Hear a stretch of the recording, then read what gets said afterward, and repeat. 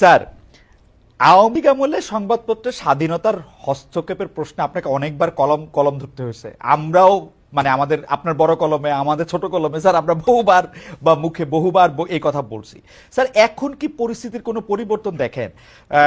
যারা 15 বছর যারা সুবিধা নিছে তাদের জায়গায় কি স্যার আপনি একটা নতুন গোষ্ঠী দেখেন না, যারা কথায় কথায় ফেসিবাদের পক্ষে, জুলাই আগস্টে কই ছিলেন এরকম একটা ট্যাগ দেয়? স্যার ইন্টারেস্টিং, আমার ব্যাপারটা একটু স্যার বলি। আমি ডয়েচে ভেলে থেকে চলে আসবো, আমাকে বাধ্যতামূলক ছুটি কাটাতে হইতেছে। সেই বাধ্যতামূলক ছুটির মধ্যে থেকে, কারণ আমাদের তো আর ছুটির জন্য মানে আর সময় দিতে পারবে না, আমি চলে আসবো। সেই সময়ের মধ্যে 26 তারিখ পর্যন্ত, 26শে জুলাই পর্যন্ত 4টা অনুষ্ঠান কইরে আমি দেশে গেলাম।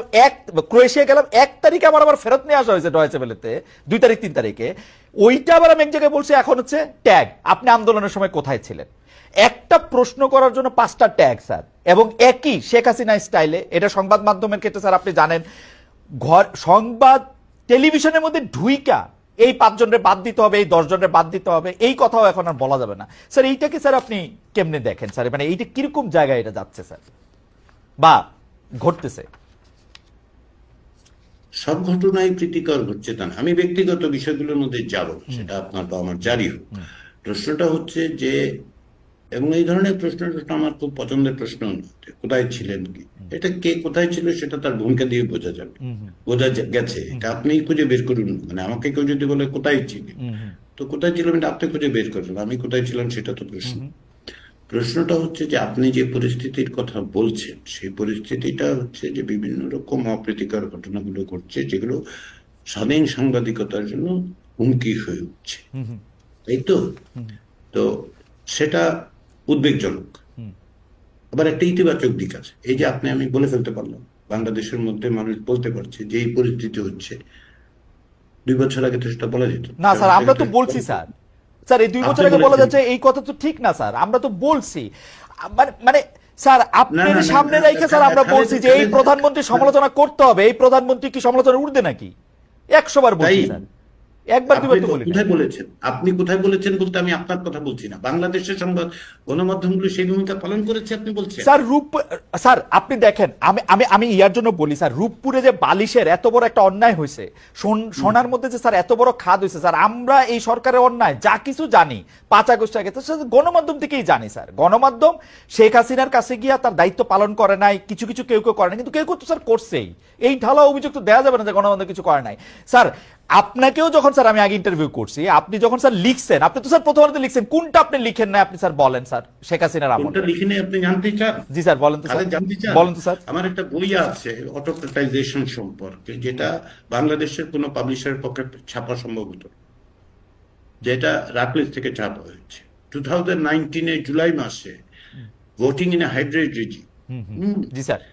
এটা আপনার প্যালগ্রেভ থেকে বেরিয়েছে। আপনার কি মনে হয় ঢাকার কোনো পাবলিশার সেটা ছাপতে পারত? কিন্তু স্যার আপনি তো কলামে লিখছেন, আমরা যখন জিজ্ঞেস করছি আপনি তো বলছেন হয়তো। হ্যাঁ, কতটুকু বলেছি আপনি বলেন যে ফরেন অ্যাফেয়ার্সে আমি লিখতে পেরেছি জি স্যার যে মানে কোয়াইট স্লাইড অটোক্রেসি, তাই তো?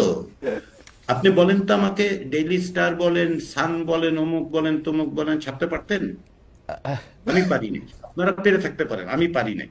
আমাকে ফরেন অ্যাফেয়ার্সে লিখতে হয়েছে, আমাকে ডিপ্লোম্যাটে জানুয়ারি মাসে লিখে দেখাতে হয়েছে যে ওয়েপনাইজেশন অফ জুডিশিয়ারি কিভাবে ওয়েপনাইজ করা হয়েছে। এই যে আপনি বলছেন যে সবই আপনারা বলতে পারতেন, আপনারা না, সবই না সব ঘটনা হইতেছে। শেষ করতে দেন। আপনি যে যুক্তিটা দাঁড় করে, এটা ভয়াবহ যুক্তি, একটা ফ্যাসিজমের পক্ষে দাঁড়িয়ে যাচ্ছেন আপনি। আমি এই কারণে বললাম। কাইছে স্যার এই কথা কয়ে ফেলেছেন। না, আপনার যুক্তিটা খুব খুব ভয়াবহ যুক্তি, খুব ভয়াবহ যুক্তি। আপনি ডিফেন্ড করতে গিয়ে যা করছেন সেটা খুব খারাপ হচ্ছে।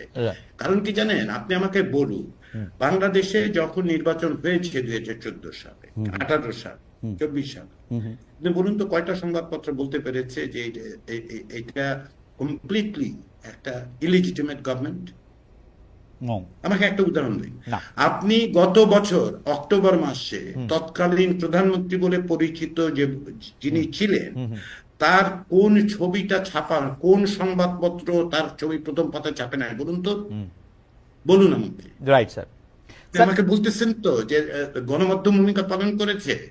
না স্যার, আমি এবং মোহাম্মদ গ- সাজ্জাদুর, আ- না না শেষ করতে দিন, মোহাম্মদ সাজ্জাদুর রহমান মিলে বছর তিনেক আগে গণমাধ্যমের উপর হুকুমত মিডিয়া বলে স্টাডি করে দেখিয়েছি কিভাবে স্বার্থের কারণে সংশ্লিষ্ট হয়ে সংবাদপত্র গণমাধ্যমগুলো কি ভূমিকা পালন করছে।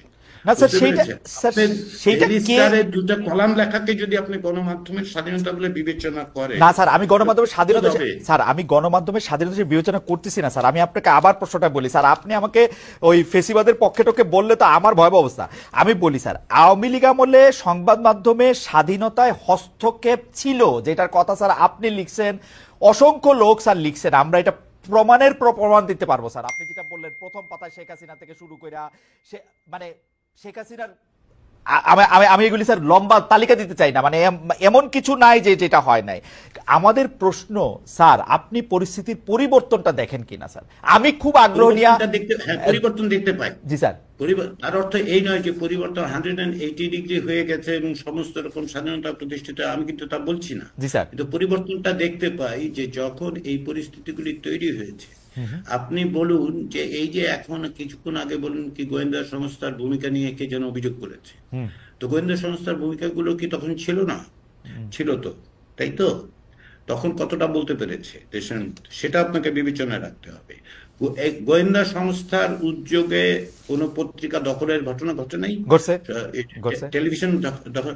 আপনি কি তখন লিখতে পেরেছেন? আপনি পেরেছেন কিনা আমি জানি না, আপনি বলতে আমি বাংলাদেশের কোন গণমাধ্যম লিখতে পেরেছি যে ব্যাংকগুলো গোয়েন্দা সংস্থাদের দ্বারা ইসে হচ্ছে, বন্দুক উঁচিয়ে শেখ হাসিনার, স্যার আমার দুর্ভাগ্য যা শেখ হাসিনার আমলের সাথে যদি আমাদের এখন তুলনা করতে হয় তাহলে তো স্যার শুরু করেছেন। না না আমি শুরু করিনি স্যার, আমি বলতে চাইছি যে স্যার না হাওয়েভার স্যার এটা এটা এটা দাঁড়া দাঁড়া দাঁড়া শেখ হাসিনার আমলের সাথে তুলনা করলে এইটা আমি মানে এইটা আমার মানে আমার তাহলে এই তুলনা যদি আমি শুরু করে থাকি, এই তুলনা আমি শুরু করে থাকলে সেটা আমি করতে চাই না। না না খালেদ, আপনি যখন বললেন যে শেখ হাসিনার আমলে আমরা লিখতে পারিনি অমুক তমুক, আপনি কি পরিবর্তন দেখতে পান? এখনো তো এই অবস্থা হচ্ছে, এইটাই কম্পারিজন, অ্যানালজিটা হচ্ছে এই ক্ষেত্রে কম্পারিজনের জায়গায় গিয়ে দাঁড়িয়ে। স্যার আমি খালি এই জায়গাটা স্যার, এইটা আমার কাছে আফসোসের মতো লাগে যখন মতিউর রহমান চৌধুরী ভাই, যেই মতিউর রহমান চৌধুরী ভাই মানবজমিনের সম্পাদক, তাকে আসলে শেখ হাসিনার শেষ সময় কোন টেলিভিশন তাকে, উনি একটা অনুষ্ঠান উপস্থাপনা করতেন স্যার, ওইটা তো উপস্থাপনা করতে দেয় হয় নাই, কোন টেলিভিশনে উনি আসলে যাইতে পারতেন না, মানে বাংলাদেশের টেলিভিশনগুলি। উনি এখন বলতেছেন যে এই উপদেষ্টারা সবাই কি ফেরেশতা, তাদের বিরুদ্ধে কোনো একটা পত্রিকায় কোনো কিছু লেখা হয় না কেন? স্যার আমাদের সময় শেষ, প্রডিউসার বলতেছে সময় শেষ, এইটা নিয়ে স্যার আপনি একটা মন্তব্য শুনে আমরা শেষ করি আজকে স্যার। না, কেউই ফেরেশতা নয়, সেটা হতেই পারে। সমালোচনার জায়গাটা অবশ্যই থাকতে হবে। কেউ যদি সমালোচনার ক্ষেত্রে বাধা দেয়, আমি তার প্রতিবাদ করি।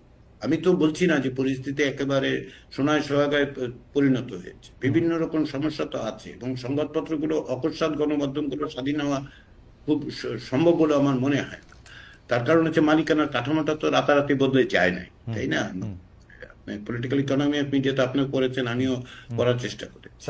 তো ফলে এটা অকস্মাৎ হবে তা নয়, পরিস্থিতিটা যে এই যে সম্ভাবনাটা তৈরি হয়েছে, সেই সম্ভাবনার জায়গাটা কতটা বাস্তবায়িত হবে সেটা নির্ভর করবে যে এই রাজনৈতিক প্রক্রিয়াটা অব্যাহত রাখা যাচ্ছে কি যাচ্ছে না তার।